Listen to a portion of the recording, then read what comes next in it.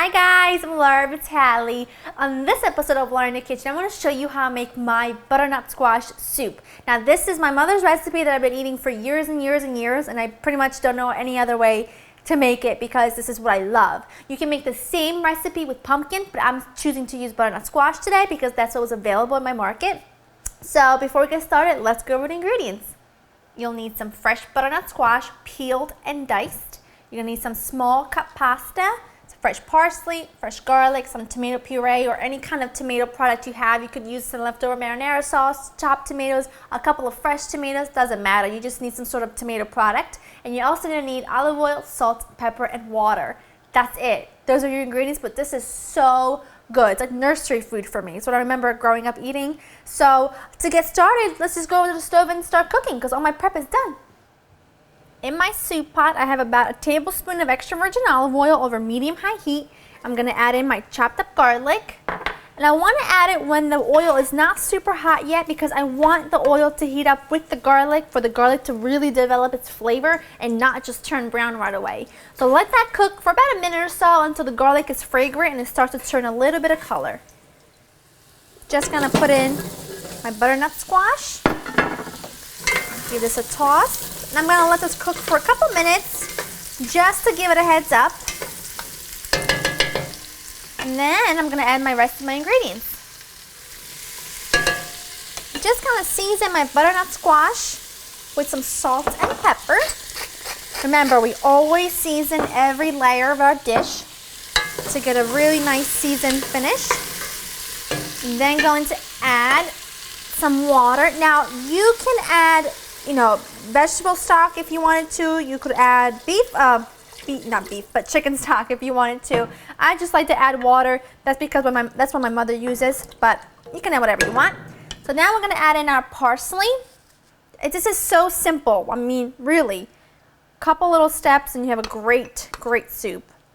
Our tomato paste.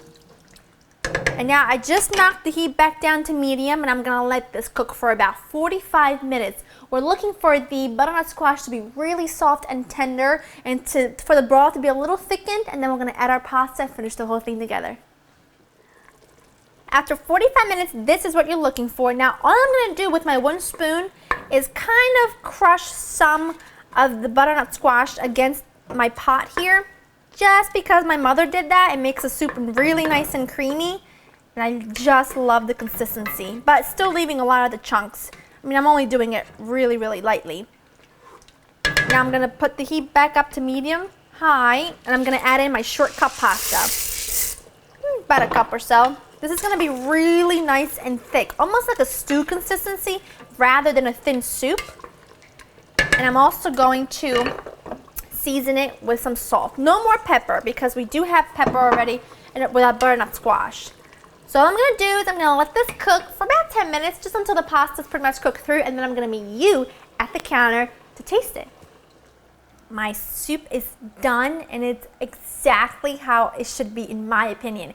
If you want it a little bit more loose, and like more of a soupy consistency rather than a stew consistency, then by all means add more water. That's the great thing about soups and stews. It's not like baking. You don't have to be precise. If you want to add some carrots, if you want to add some celery, if you want to add some onions, please do. This is a stew. It's not a cake batter, which you have to be precise because it's baking, it's science, it's boring stuff that we don't care about. But a stew is different. This is just the way I like it because it's the way I've eaten it growing up. But like I said, if you like it a little bit more loose, please make it, add a little bit more water. If you want to add maybe some chicken stock, beef stock, vegetable stock, by all means do. But this is my mother's recipe to the T, and I wouldn't change a thing about it because it's the way I like it. I do want to give this a taste, but it's going to be really hot. Whoop.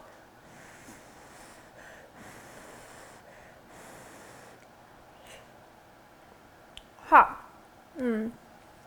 This is the kind of food I want to eat when it's cold outside. It's just comfortable on the couch with my husband, eating a bowl of this, watching some really lame reality TV probably that he's going to yell at me the whole time to tell me to turn the channel onto some sort of sports.